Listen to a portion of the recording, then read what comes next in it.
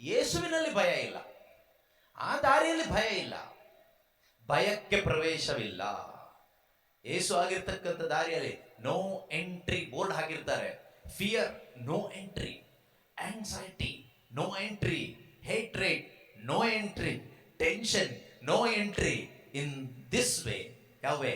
Jesus is the way. In that way, no entry for fear, no entry for anxiety, no entry for tension, no entry for worries and cares of this world. ಯೇಸು ಆಗಿರ್ತಕ್ಕಂಥ ದಾರಿಯಲ್ಲಿ ಇದಕ್ಕೆ ಯಾವುದಕ್ಕೆ entry ಇಲ್ಲ. ನಿಮ್ ದಾರಿಯಲ್ಲಿ ಇದೆಲ್ಲ ಬೇಕಾದಷ್ಟು ಇರುತ್ತೆ. ಪ್ರೀತಿಯ ಸಹೋದರ ಸಹೋದರಿಯರೇ, ನಾವು ಒಂದು ಊರಿಂದ ಇನ್ನೊಂದು ಊರಿಗೆ ಹೋಗ್ಬೇಕಾದ್ರೆ ಅದಕ್ಕೊಂದು ಮಾರ್ಗ ಅನ್ನೋದು ಬೇಕು, ದಾರಿ ಅನ್ನೋದು ಬೇಕು. ಅದು ಏರ್ವೇ ಆಗ್ಬಹುದು, ರೈಲ್ವೆ ಆಗ್ಬಹುದು, ರೋಡ್ ಆಗ್ಬಹುದು, ಅಥವಾ ಸಿ ಆಗ್ಬಹುದು, ಸಮುದ್ರದಲ್ಲಿರ್ಬೋದು, ಆಕಾಶದಲ್ಲಿರ್ಬೋದು, ನೆಲದಲ್ಲಿರ್ಬೋದು. ಎಲ್ಲೇ ಆದರೂ ಒಂದು ಊರಿನಿಂದ, ಒಂದು ಕಡೆಯಿಂದ ಇನ್ನೊಂದು ಕಡೆಗೆ ಹೋಗ್ಬೇಕಾದ್ರೆ ಒಂದು ದಾರಿ ಬೇಕು. ದಾರಿ ಇಲ್ಲದೆ ಹೋದ್ರೆ ನಮ್ಗೆ ಒಂದು ಕಡೆಯಿಂದ ಇನ್ನೊಂದು ಕಡೆಗೆ ತಲುಪಲಿಕ್ಕೆ ಸಾಧ್ಯನೇ ಇಲ್ಲ. ಆಗುತ್ತಾ? ಆಗೋದಿಲ್ಲ. ಅದೇ ರೀತಿಯಲ್ಲಿ ದಾರಿ ಇರಬೇಕು ಮಾತ್ರ ಅಲ್ಲ, ಪ್ರಯಾಣ ಮಾಡುವ ನಮಗೆ ಆ ದಾರಿ ಗೊತ್ತಿರಬೇಕು. ನಾವು ಹೋಗುವ ದಾರಿ ನಮಗೆ ಗೊತ್ತಿರಬೇಕು. ಆದ್ರೆ ದಾರಿ ಹೇಗೂ ಇದೆ, ಆ ದಾರಿ ಗೊತ್ತಿಲ್ಲದೆ ಇದ್ರೆ ಖಂಡಿತವಾಗಲೂ ನಾವು ಅಲೆಮಾರಿಗಳಾಗ್ಬಿಡ್ತೀವಿ. ಈಗ ಎಷ್ಟೋ ಬಾರಿ ಈ ಹೆಬ್ಬಾಳ ಫ್ಲೈಓವರ್ ಹತ್ರ ಬಂದಾಗ ನಮಗೆ ಸರಿಯಾಗಿ ದಾರಿ ಗೊತ್ತಿಲ್ಲದೇನೆ ಏನಾಗ್ಬಿಟ್ಟಿದೆ ಅಂದ್ರೆ ಕನ್ಫ್ಯೂಷನ್ ಮಾಡಿಕೊಂಡು ದಾರಿ ತಪ್ಪೋಗ್ಬಿಟ್ಟಿದೀವಿ ಸುಮಾರು ಸರಿ. ಆ ಕಡೆಯಿಂದ ಬರ್ತೀವಿ, ಯಲಹಂಕ ಕಡೆಯಿಂದ. ಈಗ ಯಲಹಂಕ ಕಡೆಯಿಂದ ಬಂದು ನಾವು ಸಿಟಿಗೆ ಬರಬೇಕಾದ್ರೆ ಸ್ಟ್ರೇಟ್ ಬಂದ್ಬಿಡ್ತೀವಿ, ಅದು ಸ್ಟ್ರೇಟ್ ಪಾಸ್ ಆಗೋದಿಲ್ಲ. ಅಡಿಯಿಂದ ಬಂದು ಸುತ್ತಕೊಂಡು ಹೀಗೆಲ್ಲ ಹೋಗ್ಬೇಕು. ಗೊತ್ತಿದ್ದವರಾದ್ರೆ ಕರೆಕ್ಟಾಗಿ ಬರ್ತಾರೆ, ಗೊತ್ತಿಲ್ಲದೆ ಬಂದ್ಬಿಟ್ರೆ ಅದು ಒನ್ ವೇ, ಮತ್ತೆ ವಾಪಸ್ ಹೋಗ್ಲಿಕ್ಕೆ ಆಗೋದಿಲ್ಲ. ಮತ್ತೆ ತುಂಬಾ ಮುಂದೆ ಬಂದು ಯೂ ಟರ್ನ್ ಮಾಡಿಕೊಂಡು ಹಿಂದೆ ಹೋಗಿ ಮತ್ತೆ ವಾಪಸ್ ಬಂದು ಮತ್ತೆ ಹೋಗ್ಬೇಕಾಗತ್ತೆ. 2-3 ಸರಿ ಆಗಿದೆ ಆ ಥರ. ಅದೇ ನಮಗೆ ನಮ್ಮ ಮೈಂಡಲ್ಲಿ ನಾವು ಹೋಗಬೇಕಾದ ದಾರಿ ಸರಿಯಾಗಿದ್ರೆ ಇಲ್ಲೇ ಲೆಫ್ಟ್ ತಗೋಬೇಕು, ಅದಾದ್ಮೇಲೆ ಇಲ್ಲಿ ರೈಟ್ ಟರ್ನ್ ತಗೋಬೇಕು, ಅದಾದ್ಮೇಲೆ ಇಲ್ಲಿ ಫ್ಲೈಓವರ್ ಕೆಳಗಡೆ ಹೋಗ್ಬೇಕು, ಆಮೇಲೆ ಇಲ್ಲಿ ರೈಟ್ ಟರ್ನ್ ತಗೋಬೇಕು. ನಮಗೆ ಕರೆಕ್ಟಾಗಿ ಗೊತ್ತಿದ್ರೆ ಟೆನ್ಷನ್ ಅನ್ನೋದು ಇರೋದಿಲ್ಲ. ಯಾಕೆ ಗೊತ್ತಾ ಟೆನ್ಷನ್ ಯಾಕೆ ಇರೋದಿಲ್ಲ ಹೇಳಿ? ನಮಗೆ ದಾರಿ ಕರೆಕ್ಟಾಗಿ ಗೊತ್ತು. ದಾರಿ ಇದೆ, ನಮಗೆ ಗೊತ್ತಿಲ್ಲದೆ ಇದ್ರೆ ಟೆನ್ಷನ್ ಆಗ್ಬಿಡುತ್ತೆ.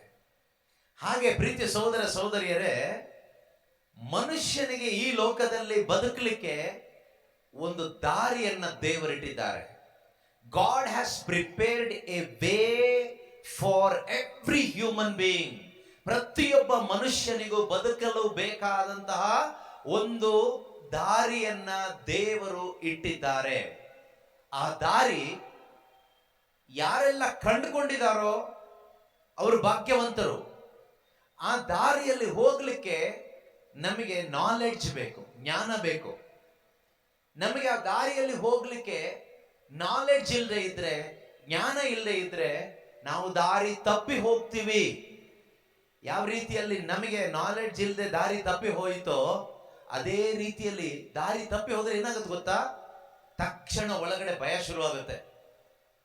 ಅಯ್ಯೋ ದಾರಿ ತಪ್ಪೋಯ್ತು, ಮಿಸ್ ಆಯಿತು, ನೆಕ್ಸ್ಟ್ ಹೇಗೆ ಹೋಗೋದಪ್ಪ ಅಂತ ಟೆನ್ಷನ್ ಶುರುವಾಗುತ್ತೆ. ಭಯ, ಟೆನ್ಷನ್, ಆತಂಕ ಇದೆಲ್ಲ ಬಂದ್ಬಿಡುತ್ತೆ. ಆಮೇಲೆ ನಮ್ ಗಮನ ಪೂರ್ತಿ ಈ ದಾರಿ ಹುಡುಕೋದ್ರಲ್ಲೇ ಆಗುತ್ತೆ. ದಾರಿ ಗೊತ್ತಿದ್ರೆ ಟೆನ್ಷನ್ ಇಲ್ಲ, ಭಯ ಇಲ್ಲ, ಗೊಂದಲ ಇಲ್ಲ. ನಮ್ಮಲ್ಲಿ ಎಷ್ಟೋ ಜನರ ಜೀವನ ಇವತ್ತು ಭಯ ಇದೆ, ಟೆನ್ಷನ್ ಇದೆ, ಗೊಂದಲ ಇದೆ. Fear, tension, confusion. ಕೆಲವರು ಹೇಳ್ತಾರೆ ಯಾಕೆ ಬದುಕ್ತಾ ಇದೀವೋ ಗೊತ್ತಿಲ್ಲ, ಏನ್ ಮಾಡ್ಬೇಕು ಅಂತ ಗೊತ್ತಾಗ್ತಾ ಇಲ್ಲ, ಏನ್ ತೀರ್ಮಾನ ಮಾಡ್ಬೇಕು ಗೊತ್ತಾಗ್ತಾ ಇಲ್ಲ. ಯಾಕೆ ಈ ತರ ಎಲ್ಲ ಆಗ್ತಾ ಇದೆ? ತುಂಬಾ ಭಯ ಆಗ್ತಾ ಇದೆ, ತುಂಬಾ ಗೊಂದಲ ಆಗ್ತಾ ಇದೆ. ಈ ರೀತಿಯಲ್ಲಿ ಮಾತನಾಡುವ ಅನೇಕರು ಇವತ್ತು ನಮ್ಮಲ್ಲಿದ್ದೀವಿ. ಕಾರಣ ಏನು ಗೊತ್ತಾ? ಮೊದಲನೇ ಕಾರಣ, ನಿಮಗೆ ಒಂದು ದಾರಿ ಇದೆ ಅನ್ನೋದೇ ಗೊತ್ತಿಲ್ಲ. ಎರಡನೇದಾಗಿ, ನಾವು ಎಲ್ಲಿಂದ ಎಲ್ಲಿಗೆ ಹೋಗ್ತಾ ಇದ್ದೀವಿ ಅನ್ನೋದು ಗೊತ್ತಿಲ್ಲ, ಅಥವಾ ಹೋಗಬೇಕು ಅಂತ ಗೊತ್ತಿಲ್ಲ. Many of us do not know that there is a way. That is the first reason. Another reason, we do not know how to travel in that way. ಆ ದಾರಿಯಲ್ಲಿ ಹೇಗೆ ನಾವು ಪ್ರಯಾಣ ಮಾಡಬೇಕು ಅನ್ನೋದು ಗೊತ್ತಿಲ್ಲ. ಇದು ಎರಡು ಗೊತ್ತಿಲ್ಲದೆ ಇದ್ರೆ ತುಂಬಾ ಕಷ್ಟ ಆಗುತ್ತೆ. ದಾರಿ ಇದೆ ಅಂತಾನೂ ಗೊತ್ತಿರಬೇಕು, ಆ ದಾರಿಯಲ್ಲಿ ನಾವು ಹೇಗೆ ಪ್ರಯಾಣ ಮಾಡಬೇಕೆಂಬ knowledge to travel in that way. ಜ್ಞಾನ ಕೂಡ ನಮಗೆ ಬೇಕು. ಇಲ್ಲದೆ ಇದ್ರೂ ನಮಗೆ ತುಂಬಾ ಗೊಂದಲ ಆಗುತ್ತೆ, ತುಂಬಾ ಭಯ ಆಗುತ್ತೆ, ತುಂಬಾ ಆತಂಕ ಆಗುತ್ತೆ. ಪ್ರೀತಿಯ ಸಹೋದರ ಸಹೋದರಿಯರೇ, ಈ ಪ್ರಪಂಚದಲ್ಲಿ ಬದುಕುತ್ತಿರುವ ಪ್ರತಿಯೊಬ್ಬ ಮನುಷ್ಯನ ಪ್ರಯಾಣ ಸ್ವರ್ಗ ರಾಜ್ಯದ ಕಡೆಗೆ ಆಗಿರಬೇಕು. ಎಲ್ಲಿಗಾಗಿರ್ಬೇಕು? ಸ್ವರ್ಗ ರಾಜ್ಯಕ್ಕೆ ಪ್ರಯಾಣ, ಬೇರೆ ಎಲ್ಲಿಗೂ ಅಲ್ಲ. ಸ್ವರ್ಗ ರಾಜ್ಯಕ್ಕೆ ಪ್ರಯಾಣ ಮಾಡ್ಲಿಕ್ಕೋಸ್ಕರನೇ ದೇವರು ನಮ್ಮೆಲ್ಲರಿಗೂ ಕರೆ ಕೊಟ್ಟಿರೋದು. ಬನ್ನಿರಿ, ಕಮ್. ಯೇಸು ಸ್ವಾಮಿ ಕರೀತಾರಲ್ವಾ, ಬನ್ನಿ, ಕಮ್ ಟು ಮೀ, ಎಲ್ಲರೂ ನನ್ನ ಬಳಿಗೆ ಬನ್ನಿರಿ. ಮತ್ತಾಯ 11:28 ಹೇಳ್ತಾರೆ, ದುಡಿದು ಭಾರ ಹೊತ್ತು ಬಳಲಿ ಬಳಲಿ ಬೆಂಡಾಗಿರುವ ಸರ್ವ ಜನರೇ, ನೀವೆಲ್ಲರೂ ನನ್ನ ಬಳಿಗೆ ಬನ್ನಿರಿ. ಕಮ್ ಟು ಮೀ, ನನ್ನ ಬಳಿಗೆ ಬನ್ನಿರಿ. ಅದಾದ್ಮೇಲೆ ಯೋಹಾನನ ಶುಭ ಸಂದೇಶದಲ್ಲಿ 14ನೇ ಅಧ್ಯಾಯ 6ನೇ ವಾಕ್ಯದಲ್ಲಿ ಹೇಳ್ತಾರೆ, ಐ ಆಮ್ ದ ವೇ, ನಾನೇ ಆ ದಾರಿ. ನನ್ನ ಮುಖಾಂತರ ಬಾರದ ಹೊರತು ಯಾರು ಕೂಡ ಆ ವಿಶ್ರಾಂತಿಯ ಸ್ಥಳವನ್ನು ತಲುಪಲಿಕ್ಕೆ ಆಗೋದಿಲ್ಲ, ವಿಶ್ರಾಂತಿಯನ್ನು ಪಡಿಲಿಕ್ಕೆ ಆಗೋದಿಲ್ಲ. No one can have that rest without going through me. I am the way. ನಾನಾಗಿರುವ ಈ ದಾರಿಯಲ್ಲಿ ನೀವು ನಡೆದು ಹೋದರೆ ಮಾತ್ರವೇ ನಿಮ್ಮ ಜೀವನದಲ್ಲಿ ನಿಜವಾದ ವಿಶ್ರಾಂತಿ ನಿಮಗೆ ಸಿಗ್ತದೆ. You will have rest. ನಮಗೆ ಬೇಕಾಗಿರ್ತಕ್ಕಂಥದ್ದು ವಿಶ್ರಾಂತಿ. ಈ ವಿಶ್ರಾಂತಿ ಯಾರು ಕೊಡ್ತಾರೆ? ಗಂಡ ಕೊಡಲ್ಲ, ಅಪ್ಪ ಅಮ್ಮ ಕೊಡಲ್ಲ, ಜೀವನ ಸಂಗಾತಿ ಖಂಡಿತವಾಗ್ಲೂ ಕೊಡಲ್ಲ, ಮಕ್ಕಳಂತೂ ಕೊಡೋದೇ ಇಲ್ಲ, ಜೊತೆಯಲ್ಲಿರುವ ಸ್ನೇಹಿತರು ಕೊಡೋದಿಲ್ಲ, ಪ್ರಪಂಚದಲ್ಲಿರುವ ಯಾವ ಪುಣ್ಯಕ್ಷೇತ್ರಗಳು ಕೊಡೋದಿಲ್ಲ, ಯಾವ ದೇವಾಲಯಗಳು ಕೊಡೋದಿಲ್ಲ, ಯಾವ ಧ್ಯಾನ ಮಂದಿರನ್ನು ಕೊಡೋದಿಲ್ಲ, ಯಾವ ಕರಿಸ್ಮ್ಯಾಟಿಕ್ ಬೋಧಕನು ಕೊಡೋದಿಲ್ಲ. ನಮಗೆ ಬೇಕಾಗಿರ್ತಕ್ಕಂಥ ವಿಶ್ರಾಂತಿ ಒಂದೇ ಒಂದು ಸ್ಥಳದಲ್ಲಿ ಸಿಗ್ತದೆ, ಅದು ಯೇಸು ಕ್ರಿಸ್ತನಲ್ಲಿ ಮಾತ್ರನೇ, ಆ ದಾರಿಯಲ್ಲಿ ಮಾತ್ರನೇ ಸಿಗ್ತದೆ. ಯೇಸು ಹೇಳ್ತಾರೆ, ಐ ಆಮ್ ದ ವೇ, ನಾನೇ ಮಾರ್ಗ, ನಾನೇ ಸತ್ಯ, ನಾನೇ ಜೀವ. I am the way, the truth, the life. ನಾನೇ ಮಾರ್ಗ. ಆ ಮಾರ್ಗ, ಯೇಸು ಆಗಿರುವ ಮಾರ್ಗವನ್ನ ಯಾರೆಲ್ಲ ಕಂಡುಕೊಂಡಿದ್ದಾರೋ, ಪ್ರೀತಿಯ ಸಹೋದರ ಸಹೋದರಿಯರೇ, ಅವರ ಭಯ ಹೋಗುತ್ತೆ, ಭಯ ಹೋಗುತ್ತೆ.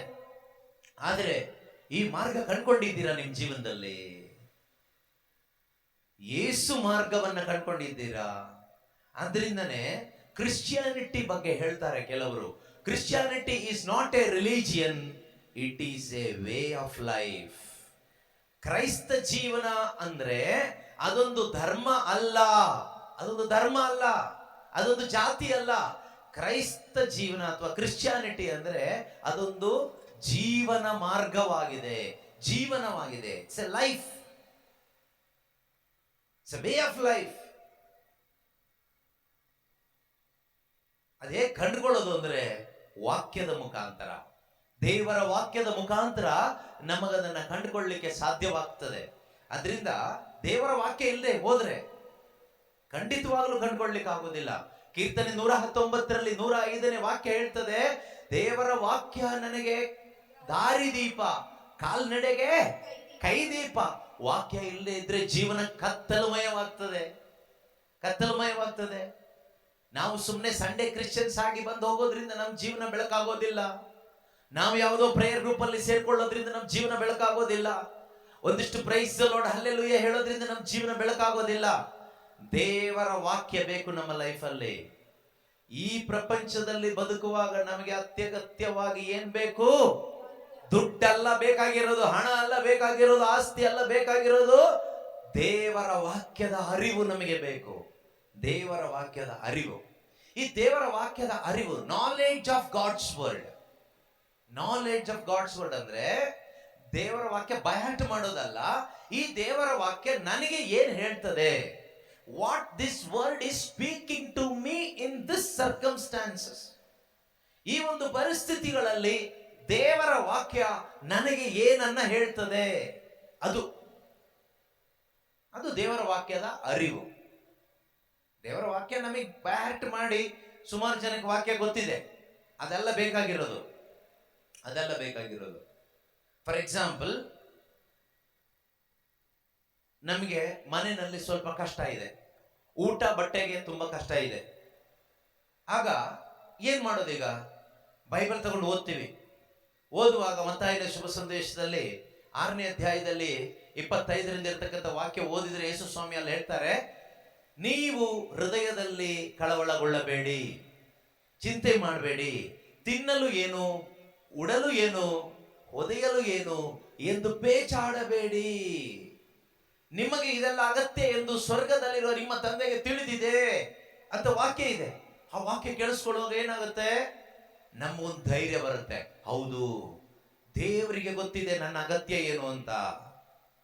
ನನಗೊಬ್ಬರು ಅಪ್ಪ ಇದ್ದಾರೆ, ಸ್ವರ್ಗದಲ್ಲಿರುವ ತಂದೆಯಾದ ದೇವರು ನನ್ನ ಅಪ್ಪ. ಆದ್ರಿಂದ ನಾನು ತಿನ್ಲಿಕ್ಕೇನು, ಹೊದಿಲಿಕ್ಕೇನು, ಉಡ್ಲಿಕ್ಕೇನು ಎಂದು ಚಿಂತೆ ಮಾಡುವ ಅವಶ್ಯಕತೆ ಇಲ್ಲ. ಸಿ, ಟೆನ್ಷನ್ ಫ್ರೀ ಆಯ್ತಾ? ನಾವು ಒಂದು ಕಾಯಿಲೆ ಅಂತ ಹೇಳ್ಬಿಟ್ಟು ಆಸ್ಪತ್ರೆಗೆ ಹೋಗ್ತೀವಿ. ಆಸ್ಪತ್ರೆಗೆ ಹೋಗೋ ದಾರಿನಲ್ಲಿ ನಮಗೆ ಮೊದಲು ಸೆಕ್ಯೂರಿಟಿ ಸಿಗ್ತಾನಂತ ಇಟ್ಕೊಳ್ಳೋಣ. ಸೆಕ್ಯೂರಿಟಿ ಕೇಳ್ತಾನೆ, ಯಾಕೆ, ಏನ್ ಕಾಯಿಲೆ ಅಂತ. ಏನೋ ಗೊತ್ತಿಲ್ಲ, ಒಂದು ವಾರದಿಂದ ತುಂಬಾ ಜ್ವರ ಆಗ್ತಾ ಇದೆ, ಅವಾಗವಾಗ ಏನೇನೋ ಆಗ್ತಾ ಇದೆ ಅಂತ ನೀವು ಹೇಳ್ತೀರಿ. ಸೆಕ್ಯೂರಿಟಿ ಹೇಳ್ತಾನೆ, ಅಷ್ಟೇನಾ, ಏನೂ ಆಗೋದಿಲ್ಲ ಬಿಡಿ, ಚೆನ್ನಾಗಾಗ್ತೀರಾ. ನೀವು ಸಮಾಧಾನ ವಾಪಸ್ ಮನೆಗೆ ಬರ್ತೀರಾ? ಮನೆಗೆ ಬರೋದಿಲ್ಲ. ನೆಕ್ಸ್ಟ್ ಮೇಲೆ ಹೋಗ್ತೀರಿ. ಇನ್ನು ಮೇಲೆ ಹೋಗುವಾಗ ಹೌಸ್ ಕೀಪಿಂಗ್ ಯಾರು ಸಿಗ್ತಾರೆ, ಅಲ್ಲಿ ಕಸ ಗುಡಿಸೋರು ಯಾರು ಸಿಗ್ತಾರೆ, ವರ್ಷೋರು ಕಸ ಗುಡಿಸೋರು ಸಿಗ್ತಾರೆ. ಅವ್ರು ಕೇಳ್ತಾರೆ, ಎಲ್ಲಿಗೆ ಹೋಗ್ತಿದ್ದೀರಿ ಅಂತ. ಈ ತರ ಕಾಯಿಲೆ ಇದೆ, ಡಾಕ್ಟರ್ ಹತ್ರ ಹೋಗ್ತಿದ್ದೀನಿ ಅಂತ. ಅವ್ರು ಹೇಳ್ತಾರೆ, ಏನೂ ಆಗೋದಿಲ್ಲ, ಇದೆಲ್ಲ ಸಾಮಾನ್ಯ, ಒಂದು ವಾರ ಆದ್ಮೇಲೆ ಸರಿಯಾಗಿ ಬಿಡುತ್ತೆ ಅಂತ. ನಿಮಗೆ ಸಮಾಧಾನ ಆಗೋದಿಲ್ಲ. ನೀವು ಅಲ್ಲಿಂದ ಎಲ್ಲಿಗೆ ಹೋಗ್ತೀರಿ? ಅಲ್ಲಿಂದ ಇನ್ನು ಮೇಲೆ ಹೋಗ್ತೀರಿ. ನರ್ಸಮ್ಮ ಸಿಗ್ತಾರೆ. ಅವ್ರು ಕೇಳ್ತಾರೆ, ಏನು ಈ ಕಡೆ ಬಂದಿದ್ದೀರಲ್ಲ ಅಂತ. ಡಾಕ್ಟರ್ ನೋಡ್ಬೇಕು, ಈ ತರ ಕಾಯಿಲೆ ಇದೆ ಅಂತ. ಅವ್ರು ಹೇಳ್ತಾರೆ, ಇದು ಡೈಲಿ ಈ ತರ ಪೇಷಂಟ್ಸ್ ಬರ್ತಾ ಇದ್ದಾರೆ, ಒಂದು ವಾರ ಇರುತ್ತಷ್ಟೇ, ಆಮೇಲೆ ಸರಿ ಆಗತ್ತೆ, ಹೋಗ್ಬಿಡಿ ಅಂತ. ಸಮಾಧಾನ ಆಗತ್ತಾ? ಆಗೋದಿಲ್ಲ. ಡಾಕ್ಟರ್ ಹತ್ರ ಹೋಗ್ತಾರೆ, ಡಾಕ್ಟರ್ ಚೆಕ್ ಮಾಡ್ತಾರೆ. ಚೆಕ್ ಮಾಡಿದ್ಮೇಲೆ ಡಾಕ್ಟರ್ ಹೇಳೋದಷ್ಟೇ, ಕಾಮನ್, ಇದೊಂದು ವಾರ ಇರುತ್ತೆ, ಆಮೇಲೆ ಹೋಗುತ್ತೆ, ಏನು ಮಾಡೋದು ಬೇಡ, ಇದಕ್ಕೆ ಟ್ರೀಟ್ಮೆಂಟೇ ಇಲ್ಲ, ಬಿಸಿನೀರು ಕುಡೀರಿ ಸಾಕು ಅಂತ. ಬಹಳ ಸಂತೋಷವಾಗಿ, ರಿಲ್ಯಾಕ್ಸ್ ಆಗಿ, ಟೆನ್ಷನ್ ಫ್ರೀ ಆಗಿ ಮನೆಗೆ ಬರ್ತಾನೆ. ಸೆಕ್ಯೂರಿಟಿ ಅದೇ ಹೇಳಿದ್ದು, ಹೌಸ್ ಕೀಪಿಂಗ್ ಅವರು ಅದೇ ಹೇಳಿದ್ದು, ನರ್ಸು ಅದೇ ಹೇಳಿದ್ದು. ಆದ್ರೆ ಇವರು ಯಾರು ಡಾಕ್ಟರ್ ಅಲ್ಲ. ಅದೇ ತರ ಪ್ರಪಂಚದಲ್ಲಿ ಯಾರು ಹೇಳಿದ್ರು ನಮಗೆ ಸಮಾಧಾನ ಸಿಗಲ್ಲ. ದೇವರು ಹೇಳಬೇಕು, ಸೃಷ್ಟಿಕರ್ತ ಹೇಳಬೇಕು. Word of God alone has the power to set us free. ದೇವರ ವಾಕ್ಯಕ್ಕೆ ಮಾತ್ರನೇ ನಮ್ಮನ್ನು ಬಿಡುಗಡೆ ಮಾಡಲಿಕ್ಕೆ ಶಕ್ತಿ ಇದೆ. ಗಂಡ ಹೇಳ್ಬೋದು, ಏನು ಆಗಲ್ಲ, ಸಮಾಧಾನ ತಂದ್ಕೋ ಅಂತ. ಹೆಂಡತಿ ಹೇಳ್ಬೋದು, ಸಮಾಧಾನ ತಂದ್ಕೋ ಅಂತ. ಫ್ರೆಂಡ್ಸ್ ಹೇಳ್ಬೋದು, ಸಮಾಧಾನ ತಂದ್ಕೋ, ಕಳವಳ ಪಡಬೇಡ ಅಂತ. ಆದ್ರೆ ಯಾರು ಹೇಳಿದ್ರು ನಮಗೆ ಫ್ರೀ ಆಗಲ್ಲ. ನಮ್ಮ ಹಾರ್ಟ್ ಅನ್ನು ಫ್ರೀ ಮಾಡ್ಲಿಕ್ಕೆ ಶಕ್ತಿ, ನಮ್ಮ ಒಳಗಡೆ ಇರ್ತಕ್ಕಂಥ ಈ ಭಯ ತೆಗೆದು ಹಾಕುವಂತ ಶಕ್ತಿ ನಮ್ಮ ಜೊತೆಲಿರುವ ಯಾವ ಮನುಷ್ಯನಿಗೂ ಇಲ್ಲ. ಯಾರು ಎಷ್ಟೇ ಸಮಾಧಾನ ಪಡಿಸಿದ್ರು ನಮಗೆ ಸಮಾಧಾನ ತಂದುಕೊಳ್ಳಿಕ್ ಆಗೋದಿಲ್ಲ ಪ್ರಿಯರೇ. ಆದರೆ ದೇವರ ವಾಕ್ಯಕ್ಕೆ ಶಕ್ತಿ ಇದೆ. ದೇವರ ವಾಕ್ಯ ಓದುವಾಗ, ಯೇಸುವಿನ ಮಾತುಗಳು ಕೇಳಲ್ಪಡುವಾಗ ಏನಾಗುತ್ತೆ ಗೊತ್ತಾ? ನಮ್ಮ ಹೃದಯದ ಒಳಗಡೆ ಯಾರಿಂದಲೂ ಕೊಡಲಾಗದ ಏನೋ ಒಂದು ವಿಶೇಷವಾದ ಶಕ್ತಿ ಬರುತ್ತೆ, ವಿಶೇಷವಾದ ಸಮಾಧಾನ ಬರುತ್ತೆ. ನಾವು ಸಂತೋಷವಾಗಿ ಬದುಕಲಿಕ್ಕಾಗುತ್ತೆ. ಯಾವ ರೀತಿ ಆ ಡಾಕ್ಟರ್ ಹೇಳಿದ ಮಾತು ನಮ್ಮ ಒಳಗಡೆ ತುಂಬಾ ರಿಲ್ಯಾಕ್ಸ್ ಆಗಿ ನಾವು ಆರಾಮಾಗಿ ಏನೋ ಗೆದ್ದವ್ರ ತರ ವಾಪಸ್ ಬರ್ತೀವಲ್ವಾ, ಅದೇ ಮಾತು ಬಾಕಿ ಎಲ್ಲರೂ ಹೇಳಿದ್ರು, ಸಮಾಧಾನ ಸಿಕ್ಲಿಲ್ಲ. ಅದು ಎಲ್ಲಿಂದ ಬರಬೇಕೋ ಅಲ್ಲಿಂದಾನೇ ಬರಬೇಕು. ಅದೇ ರೀತಿಯಲ್ಲಿ ಮನುಷ್ಯನ ಮಾತಿನಿಂದ ನಮಗೇನು ಸಿಗಲ್ಲ. ಅವ್ರು ಯಾರೇ ಆಗಿರ್ಲಿ, ಅವರೆಷ್ಟೇ ಅನುಭವ ಇರೋರಾಗಿರ್ಲಿ, ಮನುಷ್ಯನ ಮಾತಿನಿಂದ ಏನು ಸಿಗೋದಿಲ್ಲ. ದೇವರ ಮಾತಿನಲ್ಲಿ ಏನಿದೆ, ನಮಗೆ ಬೇಕಾದ ಎಲ್ಲ ಶಕ್ತಿ, ಎಲ್ಲ ಆಶೀರ್ವಾದ, ಎಲ್ಲ ಒಳಿತು ದೇವರ ವಾಕ್ಯದಲ್ಲಿದೆ. ಜ್ಞಾನೋಕ್ತಿಗಳ ಪುಸ್ತಕದಲ್ಲಿ 4ನೇ ಅಧ್ಯಾಯದಲ್ಲಿ 20ರಿಂದ ಇರತಕ್ಕಂಥ ವಾಕ್ಯಗಳಲ್ಲಿ ವಾಕ್ಯ ಹೇಳ್ತದೆ, ಮಗನೇ ನನ್ನ ಮಾತನ್ನು ಆಲಿಸು, ನನ್ನ ನುಡಿಗಳಿಗೆ ಕಿವಿ ಕೊಡು. ಆಮೇಲೆ ಅವು ನಿನ್ನ ಕಣ್ಣಿಗೆ ಮರೆಯಾಗದಿರಲಿ, ನಿನ್ನ ಹೃದಯದೊಳಗಡೆ ಭದ್ರವಾಗಿ ನನ್ನ ನುಡಿಗಳನ್ನು ನೀನು ಇಟ್ಟುಕೋ. ಕಂಡು ಹಿಡಿಯಬಲ್ಲವನಿಗೆ ಅದು ಜೀವದಾಯಕ, ಇಡೀ ದೇಹಕ್ಕೆ ಅವು ಆರೋಗ್ಯಕರ. ನೋಡಿ, ಈ ಲೋಕದಲ್ಲಿ ಜೀವಿಸುವಾಗ ವಾಕ್ಯ ನಮಗೆ ದೀಪ ಆಗಿದೆ, ಬೆಳಕಾಗಿದೆ, ದಾರಿ ದೀಪ. ಈ ಲೋಕದಲ್ಲಿ ಬದುಕುವಾಗ ಕನ್ಫ್ಯೂಷನ್ ಇರುತ್ತೆ, ಪಾಪದ ಪ್ರಚೋದನೆಗಳಿರುತ್ತೆ. ಇರುತ್ತೆ ಅಂದ್ರೆ ಬರುತ್ತೆ. ಎಲ್ಲಿಂದ ಬರುತ್ತೆ ಪಾಪ ಪ್ರಚೋದನೆ? ಯಾರಿಂದ ಬರುತ್ತೆ? ನಾವು ಹೇಳೋದು ಯಾರಿಂದ ಬರುತ್ತೆ? ಫ್ರೆಂಡ್ಸ್ ಇಂದ ಬರುತ್ತೆ. ಆ ಹುಡುಗಿಯಿಂದ ಬಂತು, ಈ ಹುಡುಗನಿಂದ ಬಂತು, ಸಿನಿಮಾದಿಂದ ಬಂತು, ಮೊಬೈಲ್ ಫೋನಿಂದ ಬಂತು, ಸೈತಾನನಿಂದ ಬಂತು, ಇನ್ನೆಲ್ಲಿಂದಾನೋ ಬಂತು. ಇನ್ ಕೆಲವರು ಮೂಡ್ರಿದ್ದಾರೆ, ದೇವರಿಂದಾನೇ ಬಂದು ಹೇಳೋರು ಇದ್ದಾರೆ. ದೇವ್ರು ಯಾಕಾದ್ರೂ ಇಂಥ ಶೋಧನೆ ಕೊಟ್ಬಿಡ್ತಾರೋ ನಮಗೆ ಅಂತ ಕೇಳುವಂತ ಮೂಢ ಕ್ರೈಸ್ತರು ಕೂಡ ಇನ್ನು ಜೀವಂತವಾಗಿ ಉಳ್ಕೊಂಡಿದ್ದಾರೆ ದೇವರ ಕರುಣೆಯಿಂದ. ಆಗ್ಲಿ, ಆದ್ರೆ ಎಲ್ಲಿಂದ ಬರುತ್ತೆ ಕೇಳಿದ್ರೆ, ಯಾಕೋಬನ ಬರೆದ ಪತ್ರಿಕೆಯಲ್ಲಿ, ಯಾಕೋಬನ ಬರೆದ ಪತ್ರಿಕೆ 1ನೇ ಅಧ್ಯಾಯ 13-14ನೇ ವಾಕ್ಯದಲ್ಲಿ ದೇವರ ವಾಕ್ಯ ಹೇಳ್ತದೆ ಎಲ್ಲಿಂದ ಬರ್ತಾ ಇದೆ ಶೋಧನೆ ಅಂತ. ಎಲ್ಲಿಂದ ಬರುತ್ತಂತೆ? ಪಾಪ ಪ್ರಲೋಭನೆಗೆ ಒಳಗಾದಾಗ, ಪಾಪ ಪ್ರಲೋಭನೆಗೆ ಅಥವಾ ಪ್ರಚೋದನೆಗೆ ಒಳಗಾದಾಗ, ಈ ಪ್ರಲೋಭನೆಗಳು ದೇವರಿಂದಲೇ ಬಂದವು ಎಂದು ಯಾರೂ ಹೇಳದಿರಲಿ. ಈ ಪ್ರಲೋಭನೆಗಳು ದೇವರಿಂದಲೇ ಬಂದವು ಎಂದು ಯಾರು ಕೂಡ ಹೇಳದೇ ಇರಲಿ. ಏಕೆಂದರೆ ದೇವರು ಸ್ವತಃ ಪಾಪ ಪ್ರಲೋಭನೆಗೆ ಗುರಿಯಾಗುವುದಿಲ್ಲ, ದೇವರು ಪಾಪ ಮಾಡೋದು ಇಲ್ಲ, ಪಾಪ ಪ್ರಲೋಭನೆಗೆ ಒಳಗಾಗೋದು ಇಲ್ಲ, ಮತ್ತು ಯಾರನ್ನೂ ಅಂತ ಪ್ರಲೋಭನೆಗೆ ಗುರಿಪಡಿಸುವ. ದೇವರು, ಕೇಳಿಸ್ಕೊಳ್ಳಿ, ಕಿವಿ ಇರುವವರು ಕೇಳಿಸ್ಕೊಳ್ಳಿ, ದೇವರು ಯಾರನ್ನು ಎಂದಿಗೂ ಪಾಪ ಪ್ರಚೋದನೆಗೆ ಒಳಪಡಿಸೋದಿಲ್ಲ. ದೇವರಿಂದ ಬಂತು ಅಂತ ಹೇಳ್ಬೇಡಿ, ಬೈ ಮಿಸ್ಟೇಕ್ ಆಗಿನೂ ಹೇಳ್ಬೇಡಿ. ದೇವ್ರು ಯಾಕಾದ್ರೂ ಇಂಥ ಪಾಪ ಪ್ರಚೋದನೆ ಕೊಟ್ರೋ ಏನೋ, ದೇವರು ಯಾಕೆ ಇಂಥ ಪಾಪದಲ್ಲಿ ಬೀಳೋ ಹಾಗೆ ಮಾಡಿದ್ರು ಏನು ಅಂತ ದೇವರ ಮೇಲೆ ಆರೋಪ ಹೇಳ್ಬೇಡಿ. ಯಾಕೆಂದ್ರೆ ದೇವರು ಒಳ್ಳೆಯವರು, ದೇವರು ನೀತಿವಂತರು, ದೇವರು ಪ್ರೀತಿ ಸ್ವರೂಪಿ, ದೇವರು ಕರುಣಾಮಯಿ, ದೇವರು ಪರಿಶುದ್ಧರು. ಪಾಪದಲ್ಲಿ ಬೀಳಿಸುವಷ್ಟು ಕೆಡುಕ ಅಲ್ಲ, ಕೆಟ್ಟವನಲ್ಲ. ದೇವರ ಮೇಲೆ ಹಾಕ್ಬೇಡಿ, ಸೈತಾನನ ಮೇಲೂ ಹಾಕ್ಬೇಡಿ, ಫ್ರೆಂಡ್ಸ್ ಮೇಲೂ ಹಾಕ್ಬೇಡಿ, ಹೆಂಡತಿ ಮೇಲೂ ಹಾಕ್ಬೇಡಿ, ಗಂಡಂದ್ರ ಮೇಲೂ ಹಾಕ್ಬೇಡಿ, ಸೋಷಿಯಲ್ ಮೀಡಿಯಾ ಮೇಲೂ ಹಾಕ್ಬೇಡಿ, ಯಾರ ಮೇಲೂ ಹಾಕ್ಬೇಡಿ. ವಾಕ್ಯ ಹೇಳುತ್ತೆ, ಮಾನವನು ಪ್ರಲೋಭನೆಗೆ ಒಳಗಾಗುವುದು ತನ್ನ ಒಳಗೆ ಇರುವ ದುರಿಚ್ಛೆಯಿಂದಲೇ. ಹಲ್ಲೆಲೂಯಾ.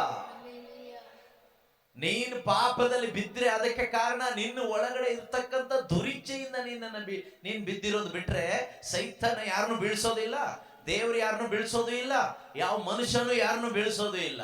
ನಮ್ಮ ಒಳಗಡೆ ಇರುವ ಸ್ವಾರ್ಥ, ನಮ್ಮ ಒಳಗಡೆ ಇರ್ತಕ್ಕಂಥ ವ್ಯಾಮೋಹಗಳು, ನಮ್ಮ ಒಳಗಡೆ ಇರ್ತಕ್ಕಂಥ ಯಾರಿಗೂ ಹೇಳ್ಕೊಳ್ಳೋದಿಲ್ಲ. ನಾವು ಒಳ್ಳೆ ನಾಟಕ ಕಂಪನಿಯವ್ರ ತರ ಇರ್ತೀವಿ, ಯಾರಿಗೂ ಹೇಳ್ಕೊಳ್ಳೋದಿಲ್ಲ. ನಾವು ತುಂಬಾ ಒಳ್ಳೆಯವ್ರ ತರ ಮೇಕಪ್ ಮಾಡ್ತೀವಿ, ಮಾಸ್ಕ್ ಹಾಕೊಂಡಿರ್ತೀವಿ.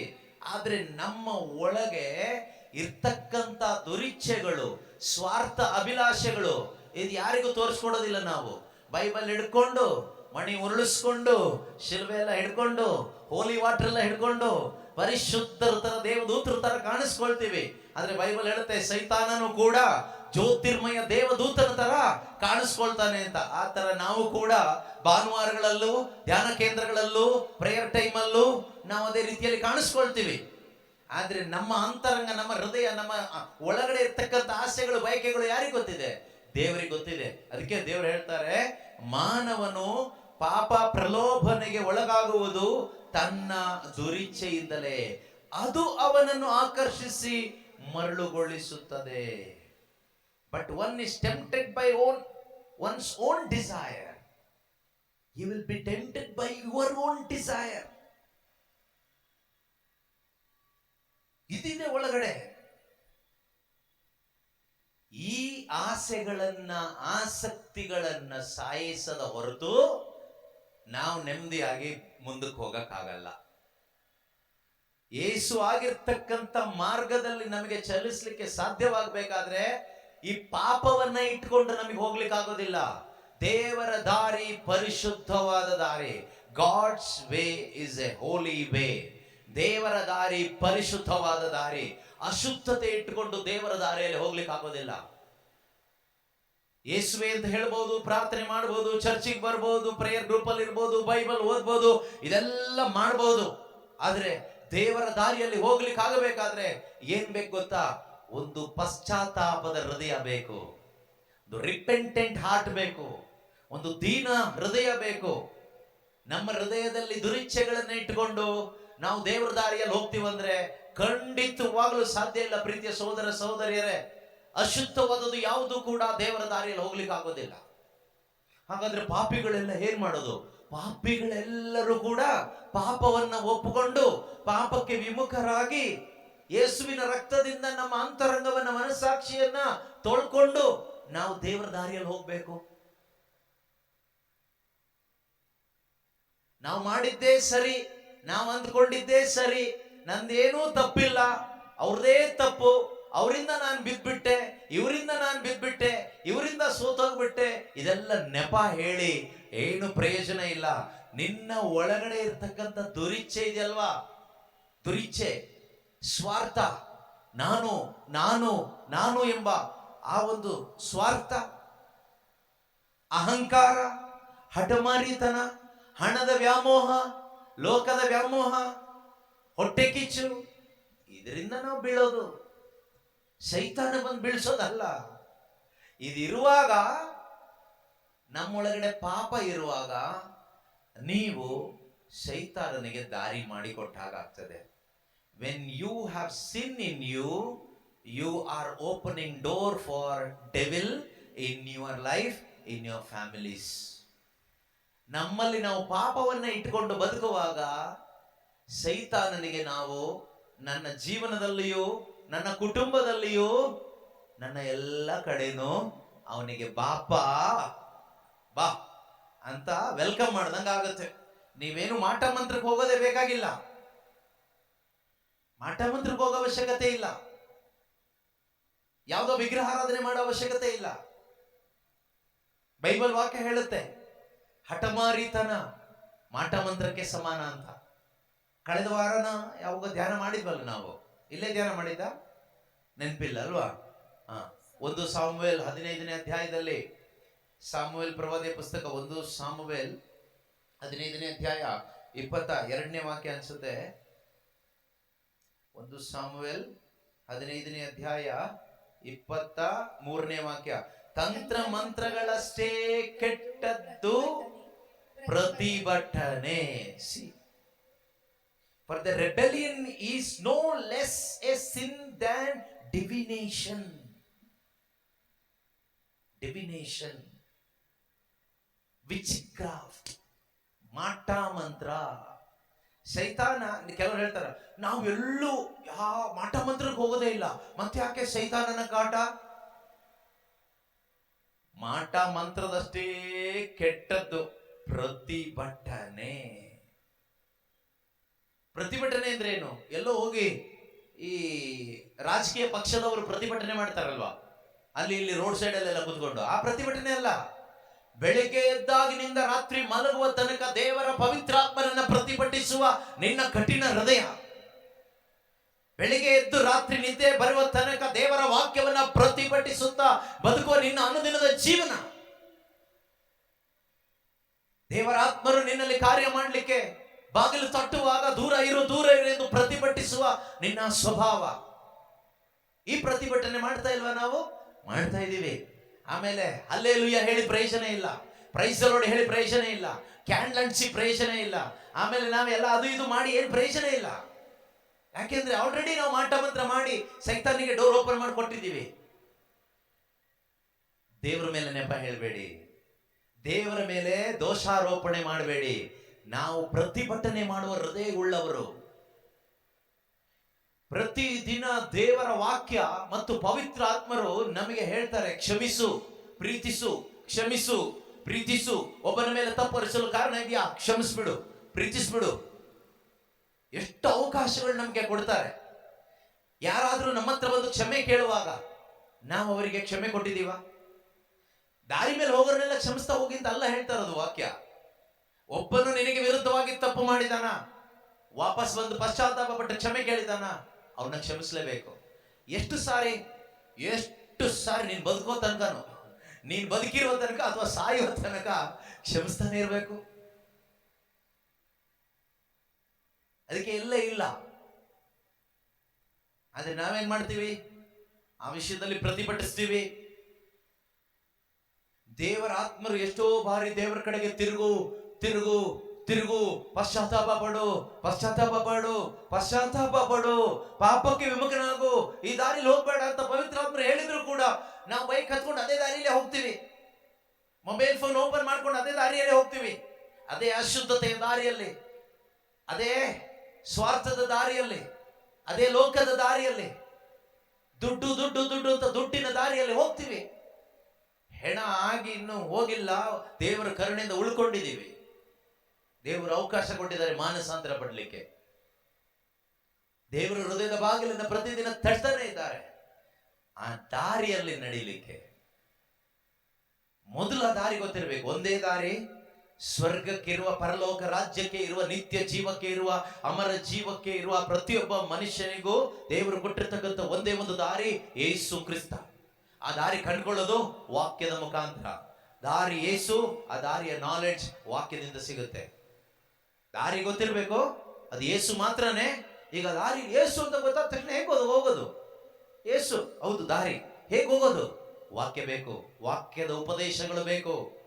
ಈ ವಾಕ್ಯದ ಉಪದೇಶ ನಮಗೆ ಅರ್ಥ ಆಗಬೇಕು, ಆಗ ಮಾತ್ರನೇ ಆ ದಾರಿಯಲ್ಲಿ ಹೋಗ್ಲಿಕ್ಕೆ ಆಗುತ್ತೆ. ಬೈಬಲ್ ಹಿಡ್ಕೊಂಡ್ರೆ ಹೋಗಕ್ಕಾಗಲ್ಲ. ಇದರಲ್ಲಿರ್ತಕ್ಕಂಥ ವಾಕ್ಯಗಳು ನಮಗೆ ಅರ್ಥ ಆಗಬೇಕು, ಪ್ರಕಟವಾಗಬೇಕು ಪ್ರತಿದಿನ. ಅದಕ್ಕೆ ಯೇಸು ಸ್ವಾಮಿ ಹೇಳಿದ್ದು, ಮಾನವನು ಜೀವಿಸುವುದು ರೊಟ್ಟಿಯಿಂದ ಮಾತ್ರವಲ್ಲ, ದೇವರ ಬಾಯಿಯಿಂದ ಹೊರಟು ಬರುವ ಪ್ರತಿಯೊಂದು ಮಾತಿನಿಂದ. ಮತ್ತಾಯನ ಶುಭ ಸಂದೇಶ 4ನೇ ಅಧ್ಯಾಯದ 4ನೇ ವಾಕ್ಯದಲ್ಲಿ ಸೈತಾನನು ಪ್ರಚೋದನೆ ಕೊಡುವಾಗ, ಯೇಸು ಸ್ವಾಮಿಗೆ ಪಾಪ ಮಾಡಲಿಕ್ಕೆ ಪ್ರಚೋದನೆ ಕೊಡುವಾಗ ಅದನ್ನ ದೇವರು ಹೇಗೆ ಕತ್ತರಿಸಿ ಹಾಕಿದ್ರು ಅಂದ್ರೆ, ದೇವರ ವಾಕ್ಯದಿಂದ ಅದನ್ನ ಗೆದ್ರು ಯೇಸು ಕ್ರಿಸ್ತರು. ವಾಕ್ಯದಿಂದ ಗೆದ್ದು ತೋರಿಸಿದ್ರು, ಮಕ್ಕಳೇ ನಿಮ್ಮ ಜೀವನದಲ್ಲಿ ಪಾಪ ಪ್ರಚೋದನೆಗಳು ಎದ್ದೇಳುವಾಗ ನೀವು ಅದನ್ನ ಕತ್ತರಿಸಿ ಹಾಕಬೇಕಾದ್ರೆ ದೇವರ ವಾಕ್ಯ ಎಂಬ ಇಬ್ಬಾಯಿ ಕತ್ತಿಗಿಂತಲೂ ಹರಿತವಾದ ಖಡ್ಗವನ್ನು ಎತ್ಕೊಂಡು, ಪವಿತ್ರಾತ್ಮನ ಕೊಡುಗೆಯಾದ ದೇವರ ವಾಕ್ಯ ಎಂಬ ಖಡ್ಗವನ್ನು ಎತ್ಕೊಂಡು ನೀವು ಅದನ್ನ ಕತ್ತರಿಸಿ ಹಾಕೋದಾದ್ರೆ ನೀವು ಜಯಶಾಲಿಗಳಾಗಿ ಮುಂದೆ ಹೋಗ್ತೀರಿ ದಾರಿಯಲ್ಲಿ. ಯೇಸು ತೋರಿಸ್ಕೊಟ್ರು ನಮಗೆ. ನಮಗೂ ಹೇಳಲಿಕ್ಕೆ ಆಗ್ಬೇಕು. ಯಾರಾದ್ರೂ ಏನಾದ್ರೂ ಕೊಟ್ಟಿದ್ದೆಲ್ಲ ತಗೊಳ್ಳೋದಲ್ಲ, ಹೇಳಲಿಕ್ಕೆ ಸಾಧ್ಯ ಆಗ್ಬೇಕು. ನನ್ನ ಜೀವನ ಸಾಗುತ್ತಿರುವುದು ಇದರಿಂದ ಅಲ್ಲ, ಅದರಿಂದ ಅಲ್ಲ, ಇನ್ನೊಂದರಿಂದ ಅಲ್ಲ, ಅವನಿಂದ ಅಲ್ಲ, ಇವಳಿಂದ ಅಲ್ಲ, ಯೇಸು ಸ್ವಾಮಿಯ ಕೃಪೆಯಿಂದ. ಇದು ಹೇಳಲಿಕ್ಕೆ ನಮಗೆ ಧೈರ್ಯ ಬೇಕು, ಇದು ಹೇಳಲಿಕ್ಕೆ ನಮಗೆ ಜ್ಞಾನ ಬೇಕು, ಇದು ಹೇಳಲಿಕ್ಕೆ ನಮ್ಮಲ್ಲಿ ಪರಿಶುದ್ಧ ಆತ್ಮರಿರಬೇಕು, ದೇವರ ವಾಕ್ಯದ ಅರಿವು ಇರಬೇಕು. ಸುಮ್ಮನೆ ಡಮ್ಮಿ ಆಗಿ ಬದುಕಿ ಏನು ಪ್ರಯೋಜನ ಇಲ್ಲ ಪ್ರಿಯರೇ. ಡಮ್ಮಿ ಆಗಿ ಬದುಕಿ ಏನು ಪ್ರಯೋಜನ ಇಲ್ಲ.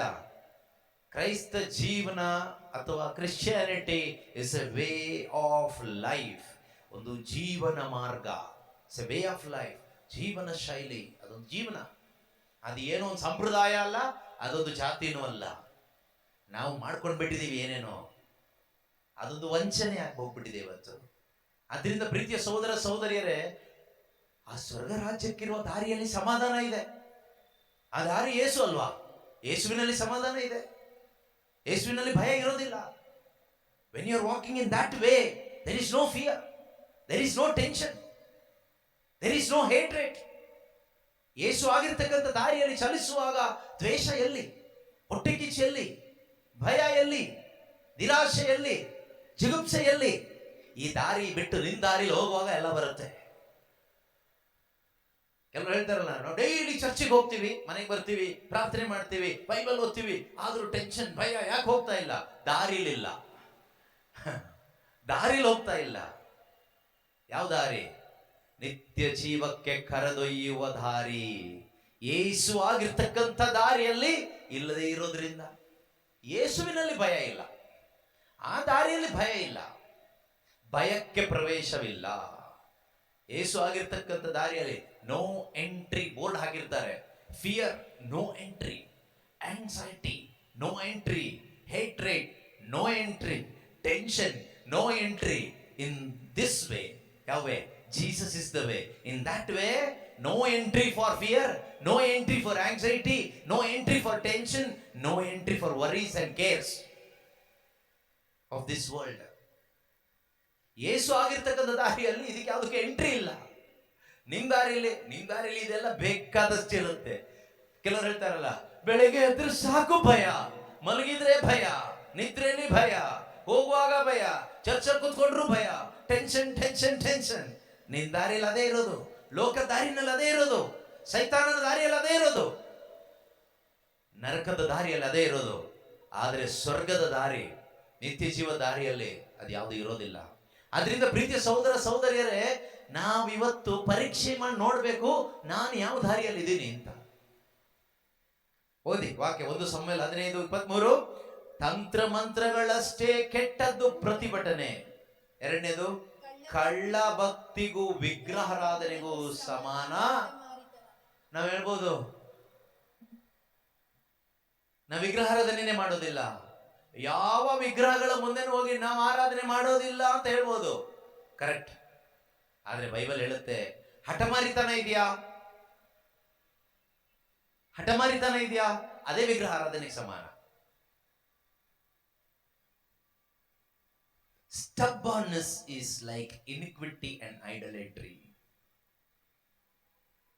ಮಾಟ ಮಂತ್ರ ಯಾವುದು? ಪ್ರತಿಭಟನೆ. ವಿಗ್ರಹಾರಾಧನೆ ಯಾವುದು?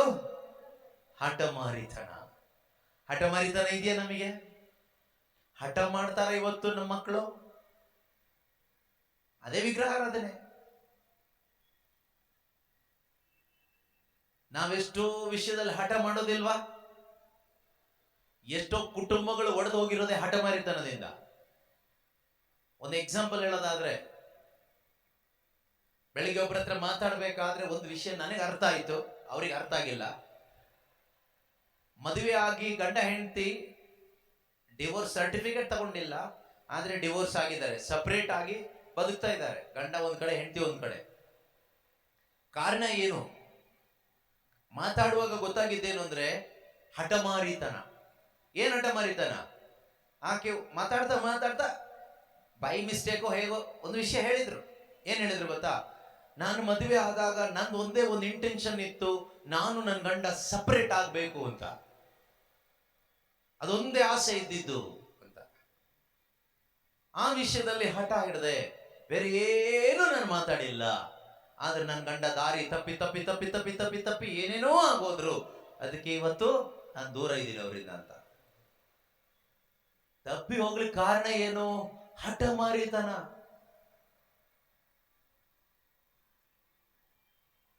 ಹಠಮಾರಿತನ. ಈಗ ಮದುವೆ ಆಗೋದಕ್ಕಿಂತ ಮುಂಚೆ ಎಂಗೇಜ್ಮೆಂಟ್ ಆದ್ಮೇಲೆ ಹುಡುಗಿ ಹೇಳ್ತಾಳೆ ಹುಡುಗನಿಗೆ, ನೋಡು, ನಾನ್ ಮದುವೆ ಆದ್ಮೇಲೆ ನಿಮ್ಮ ಅಪ್ಪ ಅಮ್ಮನ ಜೊತೆಗೆ ಅಣ್ಣ ತಂಗಿಯಂದ್ರ ಜೊತೆಗೆ ನಾನಿರಲ್ಲ, ಸಪರೇಟ್ ಕರ್ಕೊಂಡು ಹೋಗಂಗಿದ್ರೆ ಮದುವೆ ಆಗೋ, ಇಲ್ಲ ಆಗ್ಬೇಡ. ಅವನೇನ್ ಮಾಡ್ತಾನೆ? ಈಗ ಹುಡುಗಿ ಬೇಕಲ್ಲ, ಹುಡುಗಿನ ಬಿಟ್ರೆ ಮತ್ತೆ ಕಷ್ಟ ಆಗುತ್ತೆ. ಆದ್ರಿಂದ ಏನ್ ಮಾಡ್ತಾನೆ? ಸದ್ಯಕ್ಕಿರ್ಲಿ, ಏನೋ ಒಂದು ಹೇಳ್ಕೊಳ್ಳೋಣ ಅಂತ, ಆಯ್ತು ನೀನ್ ಹೆಂಗ್ ಹೇಳ್ತೀಯೋ ಹಾಗೆ ಅಂತ ಹೇಳ್ಬಿಟ್ಟು ಓಕೆ ಅಂತ ಹೇಳ್ತಾನೆ. ಈ ಮದುವೆ ಆದ ಹುಡುಗಿ ಅಲ್ಲಿ ಕಾಲಿಟ್ಟ ಅವತ್ತಿನಿಂದ ಅವಳ ಹಠ ಸಾಧಿಸ್ಲಿಕ್ಕೋಸ್ಕರ ಬದುಕ್ತಾ ಇದ್ದಾಳೆ. ಏನ್ ಹಠ? ಸಪರೇಟ್ ಆಗ್ಬೇಕು, ಸಪರೇಟ್ ಆಗ್ಬೇಕು, ಬೇರೆ ಹೋಗ್ಬೇಕು, ಬೇರೆ ಹೋಗ್ಬೇಕು. ಕುಟುಂಬ ಉಳಿಯುತ್ತಾ? ಇದೇ ವಿಗ್ರಹಾರಾಧನೆ. ಬೈಬಲ್ ಹೇಳುತ್ತೆ, ಹಠಮಾರಿತನ ವಿಗ್ರಹಾರಾಧನೆಗೆ ಸಮಾನ. ಈ ರೀತಿ ಎಷ್ಟೋ ಹಠ. ಕೆಲವರು ದೇವರಲ್ಲೇ ಹಠ ಮಾಡ್ತೀವಿ, ದೇವ್ರೇ ನನಗೆ ಇಲ್ಲೇ ಮನೆ ಸಿಗ್ಬೇಕು, ಒಂದು ವಾರದಲ್ಲಿ ನನ್ನ ಮನೆ ಕಟ್ಟಿ ಆಗ್ಬೇಕು ದೇವ್ರೆ. ಹಠಮಾರಿತನ. ಪರೀಕ್ಷೆ ಪಾಸ್ ಆಗ್ಲೇಬೇಕು, ಹಠಮಾರಿತನ. ನನಗೆ ಇವನ್ ಜೊತೆಗೇ ಮದುವೆ ಆಗ್ಬೇಕು, ಇವಳ ಜೊತೆಗೇ ಮದುವೆ ಆಗ್ಬೇಕು, ಹಠಮಾರಿತನ. ಅದಕ್ಕಾಗಿ ಪ್ರಾರ್ಥನೆ ಮಾಡ್ತೀನಿ, ಉಪವಾಸ ಮಾಡ್ತೀನಿ, ಏನ್ ಬೇಕಾದ್ರೂ ತ್ಯಾಗ ಮಾಡ್ತೀನಿ, ಎಷ್ಟು ಬೇಕಾದ್ರೂ ತ್ಯಾಗ ಮಾಡ್ತೀನಿ. ಹಠಮಾರಿತನ. ಎಷ್ಟೋ ವಿಷಯದಲ್ಲಿ ನಾವು ಹಠಮಾರಿತನ ಇಟ್ಕೊಂಡು ಹರಕೆ ಕಟ್ಟಿಕೊಂಡು ಪ್ರಾರ್ಥನೆ ಮಾಡುವ, ಉಪವಾಸ ಮಾಡುವ ಕೆಲಸನ ಮಾಡೋದಿಲ್ವಾ? ಮಾಡ್ತೀವಿ. ಇದೆಲ್ಲ ವಿಗ್ರಹಾರಾಧನೆಗೆ ಸಮಾನ. ನಾವು ಹಠಮಾರಿಗಳಾಗಿ ಬದುಕಬೇಕಾದವರಲ್ಲ. ಹಠಮಾರಿತನದಲ್ಲಿ ಬದುಕಿದ್ರೆ ದಾರಿ ತಪ್ಪೋಗ್ಬಿಡ್ತೀವಿ. ಯೇಸು ಆಗಿರ್ತಕ್ಕಂಥ ದಾರಿಯಲ್ಲಿ ಬದುಕಲಿಕ್ಕೆ ಸಾಧ್ಯವಾಗಬೇಕಾದ್ರೆ ನಮ್ಮ ಹೃದಯದಲ್ಲಿ ಏನಿರ್ಬೇಕು ಗೊತ್ತಾ? ರಿಪೆಂಟೆನ್ಸ್, ಹ್ಯುಮಿಲಿಟಿ ಇರಬೇಕು. ಹಠಮಾರಿತನ ಅಲ್ಲ, ರೆಬೆಲಿಯಸ್ನೆಸ್ ಅಲ್ಲ, ಹಂಬಲ್ನೆಸ್ ಇರಬೇಕು, ದೀನತೆ ಇರಬೇಕು. ದೀನತೆ ಅಂದ್ರೆ ಏನು ಗೊತ್ತಾ? ದೇವರೇ, ನನ್ನ ಇಚ್ಛೆ ಅಲ್ಲ, ನಿನ್ನ ಇಚ್ಛೆ ಆಗಲಿ. ನನ್ನ ಇಚ್ಛೆ ಈ ಮೊಬೈಲ್ ಫೋನ್ ಬೇಕು ಅಂತ ನನಗೆ ಆಸೆ ಇದೆ, ಶರೀರ ಬಯಸ್ತಾ ಇದೆ ಈ ಮೊಬೈಲ್ ಫೋನ್ಗಾಗಿ. ಆದ್ರೆ ದೇವರೇ, ನನ್ನ ಇಚ್ಛೆ ಬೇಡ, ನಿನ್ನ ಇಚ್ಛೆ ಏನಿದೆಯೋ ಅದು ನೆರವೇರಲಿ.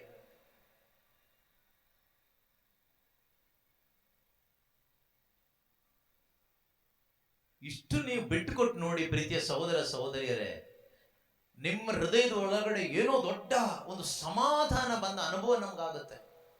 ದೆವ್ವ ಬಿಟ್ಟೋದ ಅನುಭವ ಆಗುತ್ತೆ. ಬಿಟ್ಟೋದ ಅನುಭವ ಅಲ್ಲ, ಬಿಟ್ಟು ಹೋಗುತ್ತೆ. ನಿಮ್ಮ ಹೃದಯವನ್ನು ಯೇಸುವಿಗೆ ಬಿಟ್ಟುಕೊಟ್ಟಾಗ ಪಿಶಾಚಿಗೆ ಅಲ್ಲಿ ಇರ್ಲಿಕ್ಕೆ ಆಗಲ್ಲ. ನಿಮ್ಮ ಹೃದಯವನ್ನು ಯೇಸುವಿಗೆ ಬಿಟ್ಟು ಕೊಡದೇ ಇದ್ರೆ ನೀವು ಚರ್ಚಲ್ಲಿ ಅಲ್ಲ, ಧ್ಯಾನ ಕೇಂದ್ರದಲ್ಲಿ ಅಲ್ಲ, ಎಲ್ಲೋ ಕೂತ್ಕೊಂಡ್ರು ಪಿಶಾಚಿ ನಿಮ್ಮನ್ನು ಹಿಡ್ಕೊಂಡೇ ಕೂತ್ಕೊಂಡಿರುತ್ತೆ. 18 ವರ್ಷದಿಂದ ಆ ಮಹಿಳೆಯನ್ನ ಸೈತಾನ ಕಟ್ಟಿ ಹಾಕಿದ್ದಂತೆ. ಗೋಣಿ ಒಬ್ಬಳು ದೇವಾಲಯಕ್ಕೆ ಬರ್ತಾ ಇದ್ಲು. ಎಷ್ಟು ವರ್ಷದಿಂದ ಬರ್ತಾ ಇದ್ಲು? 18 ವರ್ಷದಿಂದ. ಲೋಕನ ಶುಭ ಸಂದೇಶ 10ನೇ ಅಧ್ಯಾಯನೋ 13ನೇ ಅಧ್ಯಾಯ, ಎಷ್ಟನೇ ಅಧ್ಯಾಯ? 10ನೇ ಅಧ್ಯಾಯ ಅಲ್ವಾ? ಸೊ ಅಲ್ಲಿ ನಾವು ಓದ್ತೀವಿ, 18 ವರ್ಷದಿಂದ ಸೈತಾನ ಅಬ್ರಾಹ್ಮನ ವಂಶದವಳಾದಂತ ಈ ಒಂದು ಹೆಂಗಸನ್ನ ಬಂಧಿಸಿ ಇಟ್ಟಿದ್ದ. ಅದೇ ರೀತಿಯಲ್ಲಿ ಎಷ್ಟೋ ಜನರನ್ನ ಈ ಪಿಶಾಚಿ, ಈ ದುಷ್ಟಶಕ್ತಿ ಬಂಧಿಸಿ ಇಟ್ಕೊಂಡಿದೆ. ಹಠಮಾರಿತನದ ಬಂಧನ, ಅನೇಕ ವಿಧವಾದ ಪಾಪದ ಬಂಧನ.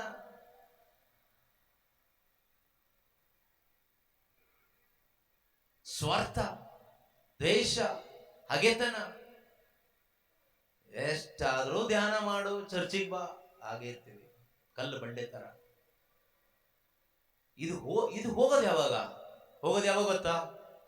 ಯೇಸುವಿನ ಶಿಲುಬೆಯನ್ನು ನೋಡಿ, ಆ ಶಿಲುಬೆ ಮರಣವನ್ನು ನೋಡಿ. ನನಗಾಗಿ ಯೇಸು ನನ್ನ ಬದಲಿಗೆ ಸತ್ತಿದ್ದಾರೆ, ನನ್ನ ಪಾಪಕ್ಕಾಗಿ ಯೇಸು ಪ್ರಾಯಶ್ಚಿತ ಮಾಡಿದ್ದಾರೆ. ದೇವರು ಪಾಪಿಯಾದ ನನ್ನನ್ನು ಹುಡುಕಿಕೊಂಡು ಮನುಷ್ಯನಾಗಿ ಬಂದು ನನ್ನ ಪಾಪಕ್ಕೆ ಪರಿಹಾರವ ಮಾಡ್ಲಿಕ್ಕೋಸ್ಕರ ಶಿಲುವೆ ಮೇಲೆ ನನಗೋಸ್ಕರ ಯೇಸು ಸತ್ತಿದ್ದಾರೆ. ನನಗೋಸ್ಕರ ಯೇಸು ಚಾಟಿ ಏಟು ತಿಂದು ನರಳಿ ನರಳಿ ನರಳಿ ಕೊನೆಯ ತೊಟ್ಟು ರಕ್ತವನ್ನು ನನಗೋಸ್ಕರ ಚೆಲ್ಲಿ ನನ್ನನ್ನ, ಪಿತನೇ ಇವರೇನು ಮಾಡುತ್ತಿದ್ದಾರೋ ಇವರು ಅರಿಯರು, ಇವರನ್ನು ಕ್ಷಮಿಸಿ ಎಂದು ನನಗೋಸ್ಕರ ಪ್ರಾರ್ಥಿಸಿ ಕ್ಷಮೆಯನ್ನ ಬೇಡಿಕೊಟ್ಟು ಪ್ರಾಣ ಕೊಟ್ಟಿದ್ದಾರೆ. ಆ ಶಿಲುಬೆಯನ್ನು ನೋಡುವಾಗ, ಆ ಯೇಸುವಿನ ಮರಣವನ್ನು ಧ್ಯಾನಿಸುವಾಗ ನಮ್ಗೆ ಶಕ್ತಿ ಸಿಗುತ್ತೆ. ದೇವರೇ, ನಾನು ಪಾಪಿ, ನನ್ನನ್ನು ಕ್ಷಮಿಸಿ ಸ್ವಾಮಿ, ನನ್ನ ಇಚ್ಛೆ ಬೇಡಪ್ಪ, ನಿನ್ನ ಇಚ್ಛೆ ಮಾತ್ರ ನೆರವೇರಲಿ ಸ್ವಾಮಿ. ನಮ್ಗೆ ಆ ರೀತಿ ಹೇಳಲಿಕ್ಕೆ ಶಕ್ತಿ ಸಿಗೋದು ಆ ಶಿಲುಬೆಯನ್ನು ನೋಡಿದಾಗ ಮಾತ್ರನೇ. ಆ ಶಿಲುಬೆ ನಮ್ಗೆ ಅರ್ಥ ಆದಾಗ ಮಾತ್ರನೇ. ಅಂದ್ರೆ ಯೇಸು ಕ್ರಿಸ್ತನ ಮರಣ ನನಗಾಗಿ, ಯೇಸುವಿನ ಮರಣ ನನ್ನ ರಕ್ಷಣೆಗಾಗಿ, ನನ್ನ ಪಾಪಗಳ ಪರಿಹಾರಕ್ಕಾಗಿ, ಯೇಸುವಿನ ಮರಣ ನನ್ನ ಮೇಲಿನ ಪ್ರೀತಿಗಾಗಿ ಎಂಬ ಸತ್ಯದ ಅರಿವು ನಮಗಾದಾಗ ನಾವು ಹೇಳ್ತೀವಿ, ದೇವರೇ, ನಾನು ಎಲ್ಲರನ್ನೂ ಕ್ಷಮಿಸ್ತೀನಿ ಸ್ವಾಮಿ. ನಾನು ನಿನ್ನ ಬದುಕೋದಾದ್ರೆ ಅದು ನಿನಗೋಸ್ಕರ ಬದುಕ್ತೀನಿ ಯೇಸುವೆ. ಇನ್ನು ಮುಂದೆ ನನ್ನ ದಾರಿ ಅಲ್ಲ, ನಿನ್ನ ದಾರಿಯಲ್ಲಿ ನಾನು ನಡೀತೀನಿ ದೇವರೇ. ಇದುವರೆಗೂ ನಾನು ನನ್ನ ದಾರಿಯಲ್ಲಿ ನಡೆದೆ, ಸಮಾಧಾನ ಕಳ್ಕೊಂಡೆ, ಆರೋಗ್ಯ ಕಳ್ಕೊಂಡೆ, ಆಸ್ತಿ ಕಳ್ಕೊಂಡೆ, ಕುಟುಂಬ ಕಳ್ಕೊಂಡೆ, ಎಲ್ಲ ಕಳ್ಕೊಂಡೆ. ನಿರಾಶೆಯಿಂದ, ಭಯದಿಂದ, ಟೆನ್ಷನ್ನಿಂದ ಬದುಕ್ತಾ ಇದ್ದೀನಿ ಸ್ವಾಮಿ. ಇವತ್ತು ನೀನು ನನ್ನೊಂದಿಗೆ ಮಾತನಾಡಿದೆಯಾ ಯೇಸುವೆ? ಇನ್ನು ಮುಂದೆ ನಾನು ಜೀವಿಸೋದಾದರೆ ನಿನ್ನ ದಾರಿಯಲ್ಲಿ ನಾನು ಬದುಕ್ತೇನೆ. ಭಯವಿಲ್ಲದ ಆ ದಾರಿಯಲ್ಲಿ, ಆತಂಕವಿಲ್ಲದ ಆ ದಾರಿಯಲ್ಲಿ, ಸೋಲಿಲ್ಲದ ಆ ದಾರಿಯಲ್ಲಿ, ಮರಣವಿಲ್ಲದ ಆ ದಾರಿಯಲ್ಲಿ, ಜೀವದ ದಾರಿಯಲ್ಲಿ ಬದುಕ್ತೇನೆ, ಸಮಾಧಾನದ ದಾರಿಯಲ್ಲಿ ನಾನು ಬದುಕ್ತೇನೆ ಅಂತ ಒಂದು ದಾರಿಯನ್ನು ಯೇಸುವೆ ನಿಮ್ಮ ಶಿಲುಬೆ ಮರಣದ ಮುಖಾಂತರ ನೀವು ಓಪನ್ ಮಾಡಿ ಕೊಟ್ಟಿದ್ದೀರಿ. ನನ್ನನ್ನು ಕರಿತಾ ಇದ್ದೀರಿ. ದುಡಿದು ಭಾರ ಹೊತ್ತು ಬಳಲಿ ಬೆಂಡಾಗಿರುವ ಸರ್ವ ಜನರೇ ನೀವು ನನ್ನ ಬಳಿಗೆ ಬನ್ನಿರಿ, ನಾನು ನಿಮಗೆ ವಿಶ್ರಾಂತಿ ಕೊಡ್ತೇನೆ ಎಂಬುದಾಗಿ ಕರೀತಾ ಇದ್ದೀರಿ. ಈಗೋ ನಾನು ಬರ್ತಾ ಇದ್ದೀನಿ ಸ್ವಾಮಿ ಅಂತ ನಮ್ಮನ್ನೇ ತಗ್ಗಿಸ್ಕೊಂಡು ಬರೋದಾದ್ರೆ ಖಂಡಿತವಾಗ್ಲೂ ನಮಗೆ ಆ ದಾರಿಯಲ್ಲಿ ಹೋಗ್ಬಹುದು, ಸಮಾಧಾನದ ದಾರಿಯಲ್ಲಿ ಹೋಗ್ಬಹುದು, ಜಯದ ದಾರಿಯಲ್ಲಿ ಹೋಗ್ಬಹುದು. ನೆಮ್ಮದಿಯ ಜೀವನ ನಮಗೆ ಇದೆ. ಆ ದಾರಿಯಲ್ಲಿ ಮರಣ ಇಲ್ಲ, ಆ ದಾರಿಯಲ್ಲಿ ಭಯ ಇಲ್ಲ, ಆ ದಾರಿಯಲ್ಲಿ ಸೋಲಿಲ್ಲ. ಆ ದಾರಿ ಯೇಸು. ಆ ದಾರಿ ಕಂಡುಕೊಳ್ಳಲಿಕ್ಕಿರ್ತಕ್ಕಂಥ ದಾರಿ ದೇವರ ವಾಕ್ಯ. ಎದ್ದು ನಿಂತ್ಕೊಳ್ಳೋಣ, ಪ್ರಾರ್ಥಿಸೋಣ. ಒಳ್ಳೆಯ ದೇವರೇ, ಈ ದಿನ ನಮ್ಮನ್ನ ಹೆಸರಿಡಿದು ಕರೆದು ಕರ್ತನಾದ ದೇವರೇ, ಈ ನಿಮ್ಮ ಪರಿಶುದ್ಧವಾದ ಆಲಯದಲ್ಲಿ ನಮ್ಮೊಂದಿಗೆ ನೀವು ಮಾತನಾಡಿದಕ್ಕಾಗಿ ಸ್ತೋತ್ರ ಯೇಸುವೆ. ಮಾರ್ಗ ನೀವೇ ಸ್ವಾಮಿ. ದಾರಿ ಕಾಣದೆ ಅಲೆಯುತ್ತಿದ್ದ, ದಾರಿ ತಪ್ಪಿದ ಕುರಿಗಳಂತಿದ್ದ ನಮ್ಮೊಬ್ಬೊಬ್ಬರನ್ನ ನೀವು ಹುಡುಕಿಕೊಂಡು ಬಂದು ನಿಮ್ಮ ಶುಭ ಸಂದೇಶದ ಮುಖಾಂತರವಾಗಿ ಕರ್ತನೆ ನೀವು ನಮಗೆ ದಾರಿಯನ್ನು ತೋರಿಸಿಕೊಟ್ಟಿದ್ದೀರಿ. ಭಯದ ದಾರಿಯಲ್ಲಿ, ನಿರಾಶೆಯ ದಾರಿಯಲ್ಲಿ, ಮರಣದ ದಾರಿಯಲ್ಲಿ ನಾವು ಚಲಿಸುತ್ತಿದ್ದಾಗ ಯೇಸುವೆ ನೀವು ಅಲ್ಲಿಂದ ನಮ್ಮನ್ನ ಬಿಡುಗಡೆ ಮಾಡಿದ್ದೀರಿ. ನಿಮ್ಮ ವಾಕ್ಯವನ್ನು ಕಳುಹಿಸಿ ಆರೋಗ್ಯಕರವಾದ, ಹಿತಕರವಾದ, ಸಮಾಧಾನಕರವಾದ, ಸಂತೃಪ್ತಿಯಿಂದ ಕೂಡಿದ, ಜಯಭರಿತವಾದ ನಿತ್ಯ ಜೀವದ ದಾರಿಯಲ್ಲಿ ನೀವು ನಡೆಯುವಂತೆ ಮಾಡಿದ್ದೀರಿ. ಆ ದಾರಿಯನ್ನ ಯೇಸುವೆ ನಿಮ್ಮ ಶಿಲುಬೆ ಮರಣದ ಮುಖಾಂತರವಾಗಿ ನಮಗೆ ಓಪನ್ ಮಾಡಿ ಕೊಟ್ಟಿದ್ದೀರಿ ಅಪ್ಪ. ಅದಕ್ಕಾಗಿ ನಿಮಗೆ ಕೋಟಿ ಕೋಟಿ ಸ್ತೋತ್ರ ಅಪ್ಪ. ನಿಮ್ಮ ವಾಕ್ಯದ ಮುಖಾಂತರವಾಗಿ ಆ ದಾರಿಯಲ್ಲಿ ನಡೆಯಬೇಕಾದ ಮಾರ್ಗ ಸೂಚನೆಗಳನ್ನ, ಜ್ಞಾನವನ್ನ ನಮಗೆ ನೀವು ಪ್ರತಿ ದಿನ ನಿಮ್ಮ ವಾಕ್ಯೋಪದೇಶದ ಮುಖಾಂತರವಾಗಿ ನಮಗೆ ನೀವು ನೀಡ್ತಾ ಇದ್ದೀರಿ ಕರ್ತನೆ. ಅದಕ್ಕಾಗಿ ನಿಮಗೆ ಕೋಟಿ ಕೋಟಿ ಸ್ತೋತ್ರ ಅಪ್ಪ. ನಮ್ಮಲ್ಲಿರ್ತಕ್ಕಂಥ ಹಠಮಾರಿತನ, ನಮ್ಮಲ್ಲಿರ್ತಕ್ಕಂಥ ಸ್ವಾರ್ಥ, ನಮ್ಮಲ್ಲಿರ್ತಕ್ಕಂಥ ಲೋಕದ ಇಚ್ಛೆಗಳು, ನಮ್ಮಲ್ಲಿರ್ತಕ್ಕಂಥ ನಮ್ಮದೇ ಆದ ಆಸೆ, ಆಕಾಂಕ್ಷೆಗಳು, ಬಯಕೆಗಳು, ಇವೆಲ್ಲವನ್ನ ತ್ಯಜಿಸಲು, ಇವುಗಳಿಗೆ ವಿಮುಖರಾಗಿ ಯೇಸುವೆ ನಿಮ್ಮ ಕಡೆಗೆ ಅಭಿಮುಖರಾಗಲು ಬೇಕಾದ ಕೃಪೆಯನ್ನು ನಮಗೆ ಕೊಟ್ಟಿದ್ದಕ್ಕಾಗಿ ಸ್ತೋತ್ರ ಅಪ್ಪ. Thank you Jesus.